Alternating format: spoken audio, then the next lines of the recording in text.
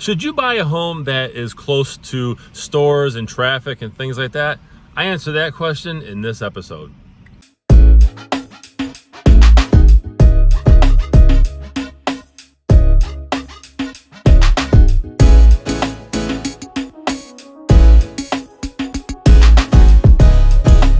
Welcome everyone to this episode of the Ask Jason Gelios Show. I'm Jason Gelios, Michigan Realtor. Really appreciate you guys tuning in here.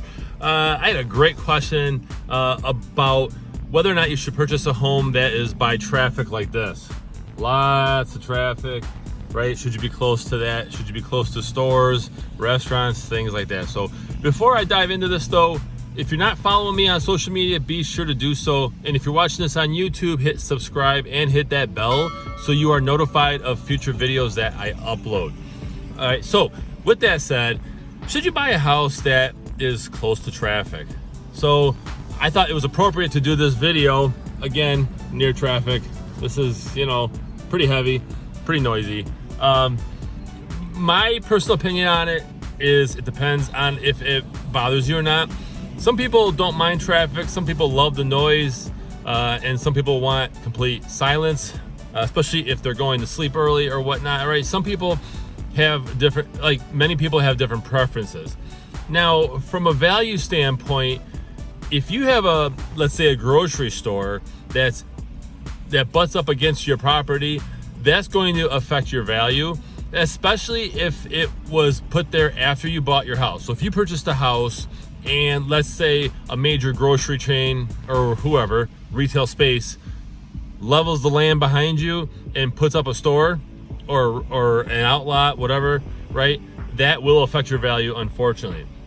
And I've actually seen that in my own hometown where, for example, there was one case where there was a bunch of homes, nice homes, right? $500,000 homes, and they faced a golf course. And the golf course owners, they sold it, and now it's gonna be condos. So that's not gonna help. So you don't wanna be too close to retail space unless that's what you want. Now, if you're buying an existing home and it's already facing a retail space or commercial property, industrial as well, could be that too, then the pricing's already appropriate or should be appropriate for that area. But what you want to be aware of is if you're purchasing a home and let's say it faces a corner lot and it's not developed, that could be developed down the road as things get busier. I know in my area, we're seeing a lot of commercial buildings going up, even though there's a lot of vacancies, but there's a lot of development. There's more houses being built, more commercial space, more industrial space. So just be aware of that when you're looking to purchase a home. And again, if you're purchasing a home that is already facing a storefront, or the back of it, then yeah, that's probably not gonna hurt you as much.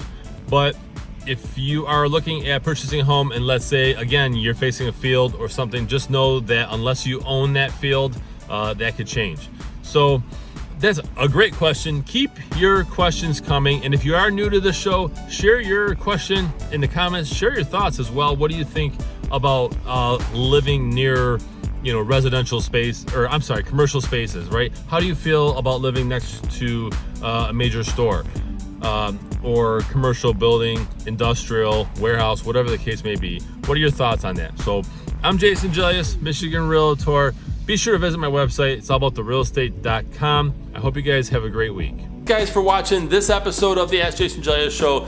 Did you know that I also have a podcast? Go to where you love your podcasts, where you love to listen to those podcasts, right? Search Ask Jason Gelios Show, or you can search my name, Jason, Gelios, and be sure to subscribe. Take me on the road with you, right? You can hit audio. I add episodes all the time. Be sure to subscribe to my podcast. Thank you.